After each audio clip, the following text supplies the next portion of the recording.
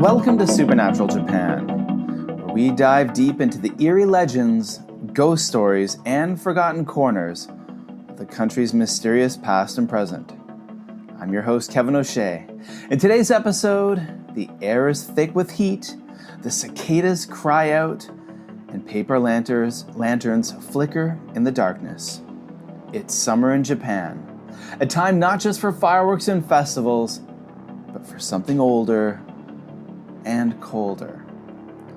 Summer in Japan is also ghost season, and in today's episode, we'll explore why this sweltering time of year is the most haunted of all. From the ancient rites of Obon, to ghost story gatherings in the dark, to the gentle sound of fūrin, wind chimes keeping evil spirits at bay.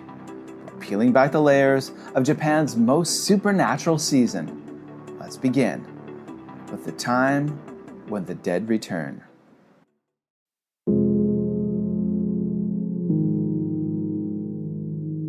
Obon, the Festival of the Dead.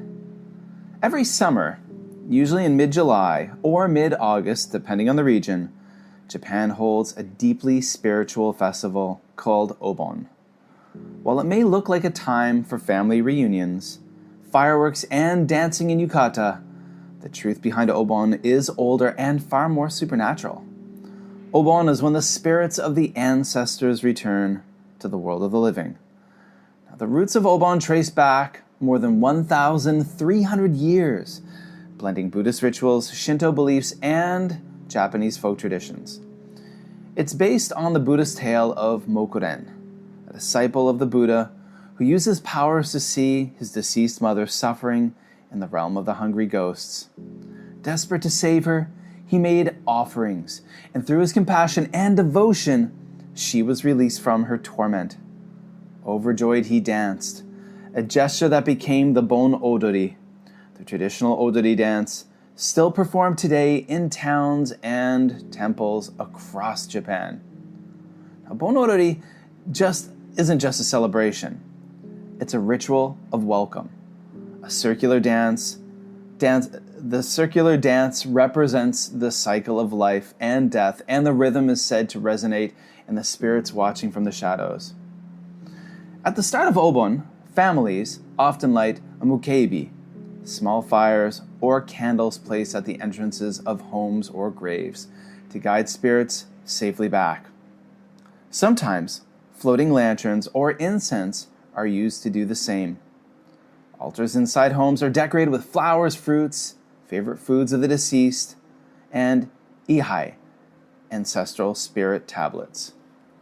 During these days, it's believed that the souls of the loved ones return home. But there's always an edge of unease in the air, because not all spirits are welcome. And so, on the final day of Obon, Okuribi, are lit farewell fires to guide the spirits back to the world of the dead. Some regions float lanterns down rivers in ceremonies called Toro Nagashi, creating a hauntingly beautiful spectacle of glowing lights drifting into the night. The most famous of these rituals takes place in Kyoto, where on August 16th, 5 giant bonfires are lit on surrounding mountains in the Gozen no Okuribi, the largest, shaped like the kanji for great, blazes against the dark sky, marking the return journey of thousands of ancestral souls. As the flames die down and the lanterns fade into the dark, Obon ends and the spirits leave, or at least most of them do. Some say if you're walking home late at night during Obon and you feel a sudden chill or see a shadow moving just out of the corner of your eye, it might be the spirit that wasn't quite ready to leave. Now, I know from my own personal experience, my wife, who is maybe somewhat superstitious, but not a lot, one thing that she has shared with me, one of her beliefs and a family belief, is that you must stay away from water during the Obon season in the summer. So lakes, ponds, rivers, ocean, this is not the time to go swimming in those natural bodies of water. And at the same time, when I've spoken to some former colleagues of mine in Malaysia who were of Chinese ancestry, they had similar summertime superstitions and beliefs too. And they also had a festival of the hungry ghost in Penang, Malaysia, that had a lot of similarities to that of Obon in Japan.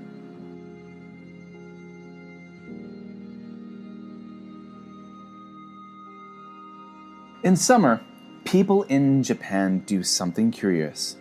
When the weather gets unbearably hot, they gather in the dark and they tell ghost stories.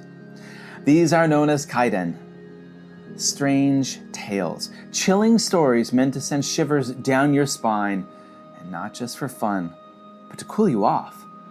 There's even an old tradition called the Gathering of 100 Ghost Stories.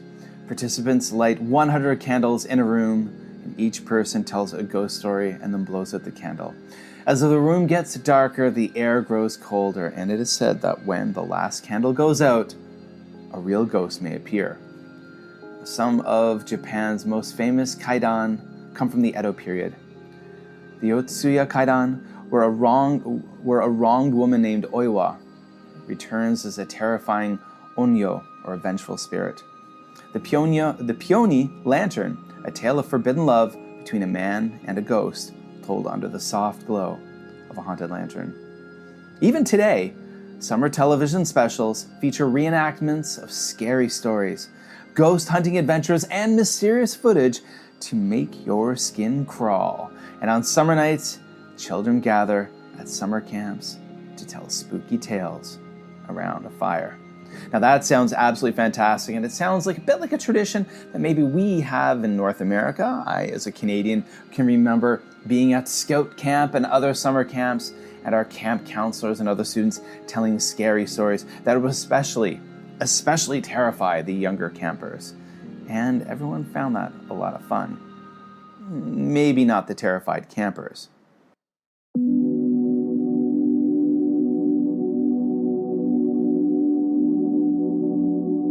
You've probably heard it before, the delicate, glassy ting of a wind chime swaying in the summer breeze. And in Japan, these are called fūrin, literally wind bells. They're beautiful, they're calming. But did you know they're also spiritual armor?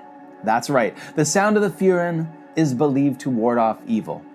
In old Japan, it was thought that the gentle ringing could keep wandering spirits away from your home, especially during Obon, when so many souls are drifting close to our world. Fūrin often have protective prayers written on a strip of paper that hangs from the clapper. And every time the wind blows, it's not just a pleasant sound, it's a blessing in motion. So next time you hear one, don't just think of summer, think of the spirits it might be protecting you from. And there's a fantastic piece of advice to all of you out there who maybe want to get an extra layer of security between you and that spiritual world. Get yourself some wind chimes and hang them around the outside of your house. Absolutely. I grew up with wind chimes. My mother loved wind chimes, loves wind chimes, but I think it was purely just the aesthetic purpose of them, the beautiful sound, and it wasn't really a spiritual armor consideration. With so many ghosts around in the summer, how do you stay safe? How do we stay safe, people? Supernatural Japan listeners, do you have any idea? Well, throughout Japan, people follow small, subtle rituals to protect themselves. Maybe this is something you can do as well, listeners. These include sprinkling salt near doorways. Salt is considered a spiritual purifier, not just in Japanese culture, but in many cultures. Carrying ofudo, or aomamori, protective talismans from shrines and temples. And actually, we just picked up some yesterday at Ikuta Shrine in Kobe, Japan. We picked up some aomamori to help my children study and get good grades in school in the upcoming school year, and also for my wife and I to protect our health and ensure good health.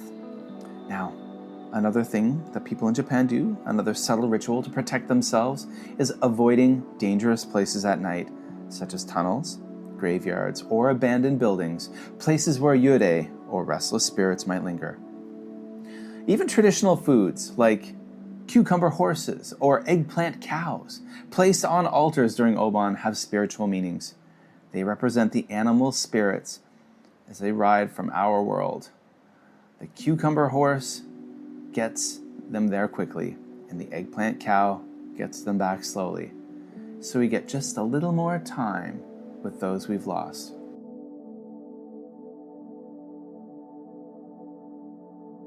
Summer in Japan is unlike anywhere else. Beneath the fireworks, festivals, and shaved ice is something ancient, something waiting. This is a time when the past returns and the dead draw near, a time of memories and of spirits. So as you walk through the warm night, the wind chime ringing above and the scent of incense lingering in the air, remember, you might not be alone. Well, thank you for listening to another episode of Supernatural Japan. If you enjoyed today's exploration of summer traditions, be sure to subscribe and leave a review wherever you listen to Supernatural Japan. And please share the show to help us grow, to help us get bigger. You can find bonus content and a lot of other goodies over on Instagram at Supernatural Japan. We also have a Facebook group with extra goodies there too. All the links are in the show notes. And remember, you can support the production of the Supernatural Japan podcast with buying me a coffee. You can absolutely buy me a coffee. There is a buy me a coffee link in the show notes. And if you don't know, it's kind of like Patreon. It's a way that you can support the show. A few incredible people have already made generous donations, which will be going towards a fantastic new soundboard in the next couple of months.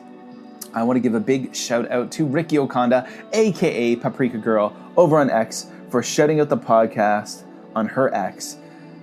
She just made a post the other day with a fantastic photo, and she said, for supper, an isokawa bento with some mentaiko and harasu, and a side of Supernatural Japan by At Mad for Maple, and that's me, of course. A perfect chill for a hot summer evening. Thanks for the awesome stickers, Kevin. I'm also so happy, Ricky, that you liked the podcast stickers. I sent Ricky some Supernatural Japan podcast stickers, and she enjoyed them a lot. And there we go. She mentioned the perfect chill for a hot summer night, because the Supernatural Japan podcast is the way that you can get those chills to keep you cool on those hot nights. Now remember to follow me, Kevin O'Shea, over on Blue Sky and X, and that's at Mad for Maple, where there's lots of awesome photos and loads of other things about Japan, travel, food, and all things spooky and not spooky. I also have a YouTube channel, and there's a lot of fun videos up there and a lot of recent videos about Japan. That's Busan Kevin on YouTube. All the links I've talked about are in the show notes for this episode. And that's it, folks. Thank you so much for being so awesome. And until next time, stay cool and stay curious.